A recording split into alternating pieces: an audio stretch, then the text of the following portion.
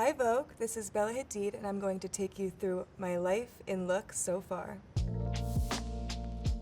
Okay, I'm nervous, oh goodness. Okay, our first one we have is my first Met Ball. I went with Topshop and this short little dress, I don't know why we decided with that, but I remember I went to the fitting and realized I had no shoes. So I went to Saint Laurent myself and I got these platform gold and silver heels, which I still have today. I was so nervous and I think I ran through the carpet. I don't even think I was on there for more than 4 minutes. At this point, I think we were all just kind of waiting for Rihanna to get there, so I had to get in so I could see her walk in. Rihanna was about to come, period. Okay, so this is apparently a very iconic red dress moment, and this dress Alexander Vautier made. I was nervous in this dress. I look very sexual and all these things. I was still nervous about cameras and nervous about having a lot of makeup on and nervous about this slit was like, thank God, I think that maybe there was one little slip that happened, but I kind of get embarrassed of this moment still, even though the dress is gorgeous. It's just, again, doesn't feel so much like me, and I think that this was the start of the Bella persona that everyone sees of me. That's my alter ego. That's Belinda. I'm just so the opposite of her. She's very va-va-voom.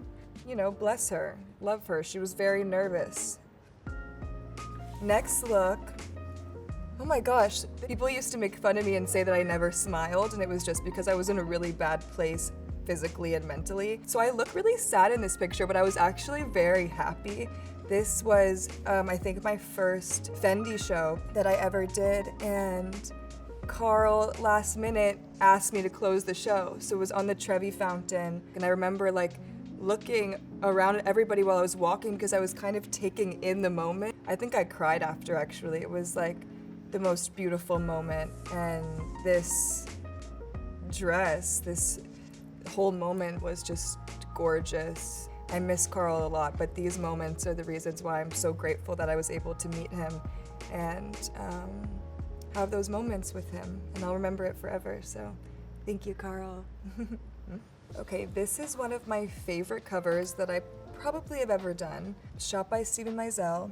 It's my first Italian Vogue cover ever. It was just supposed to be for one portrait behind, but that night I get a call from my agent, and they're like, Steven wants you to come back tomorrow. And I'm like, of course I will come back. I walk into his studio the next day, and there were, 20 feet tall photos of me all around the studio. He puts me in front of one of the portraits. I'm in a full Prada look, and he just snaps his fingers, and this man starts walking back and forth, and he takes the photo in probably, 10 minutes, and I leave. A few months later, the cover comes out, and I'm on the cover.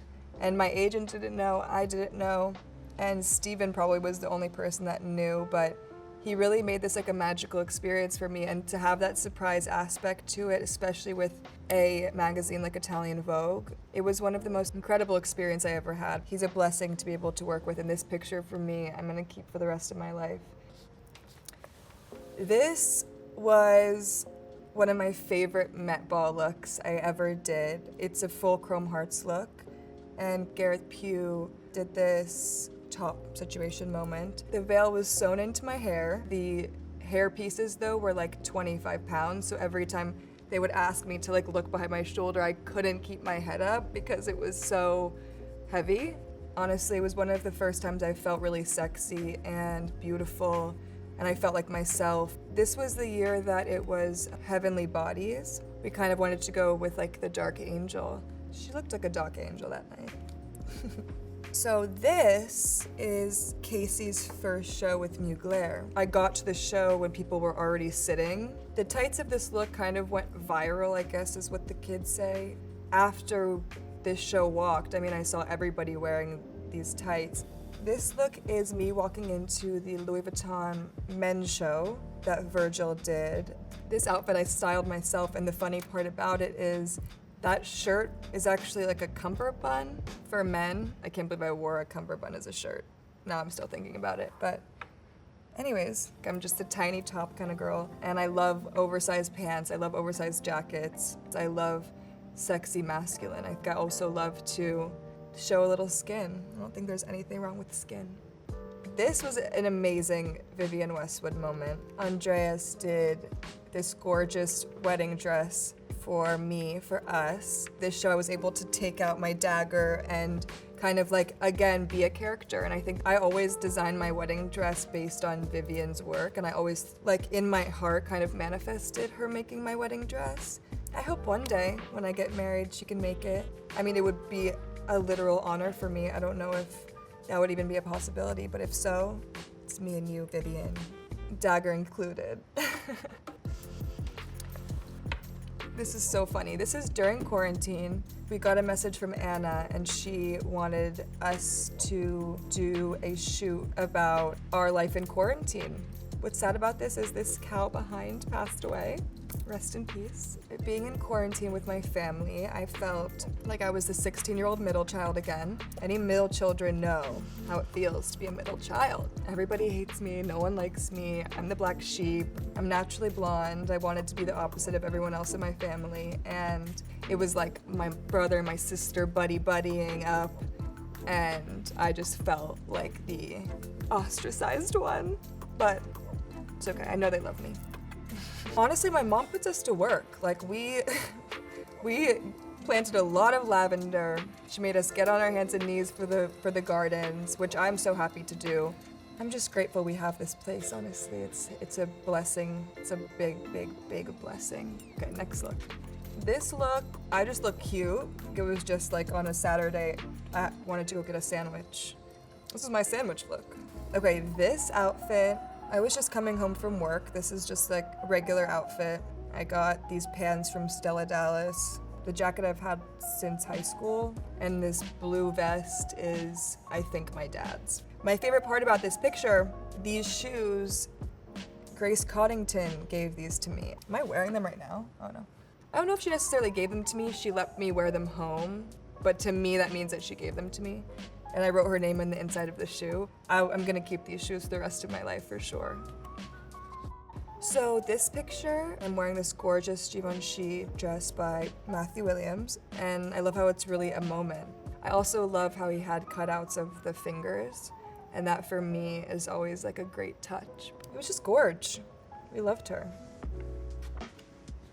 Okay, this look is from Cannes about, what is it, a month ago or 3 weeks ago? It's crazy. I was in Paris a week before, and for a few days I was looking at that picture of Naomi and I had a dream about this dress, and I couldn't stop thinking about it. I basically called a friend of mine at Jean Paul Gaultier, and his name is Greg, and he's the best. And I'm like, Greg, I had a dream. I need you to help me. Where is this dress? Do you have it? Is it anywhere? And he's like, I'm so sorry. The dress is in a museum. It's not gonna happen. And later that day, I get an envelope of a big picture of the dress with Naomi. And I opened it, and it was a letter of him telling me that their atelier was gonna make me the dress in 6 days. I wanted to know that the dress I was gonna wear was an embodiment of who I am now as a woman.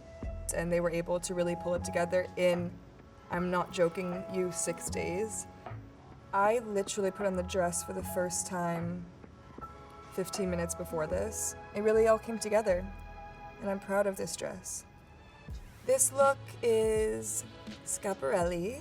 I mean, I always knew I was gonna wear this dress. When I saw this dress, I was really worried about how it would hold. It's also a bit wintry, this dress, so it was very hot out. It was a work of art. When I would look down, like, you could see everything, so it was very bizarre walking onto the carpet, like, with a breeze in places you wouldn't usually have a breeze. The necklace wasn't as heavy as one would expect. It was actually quite fine, honestly. I think I did a little cup check before I got out of the car, and that was it. It was like, it's gonna happen now, so I'm about to walk this carpet, and if 5 minutes from now there are pictures of my breasts everywhere, then that's what was supposed to happen. This look, I bought this shirt and skirt and paired it with a little chopard earring. Not a little, it's huge. I had to give it back, but it's gorgeous. For this moment, it was gorgeous. I never, growing up, had anything designer. You know, my mom wouldn't let me. I think I got my first pair of Louboutins when I graduated high school.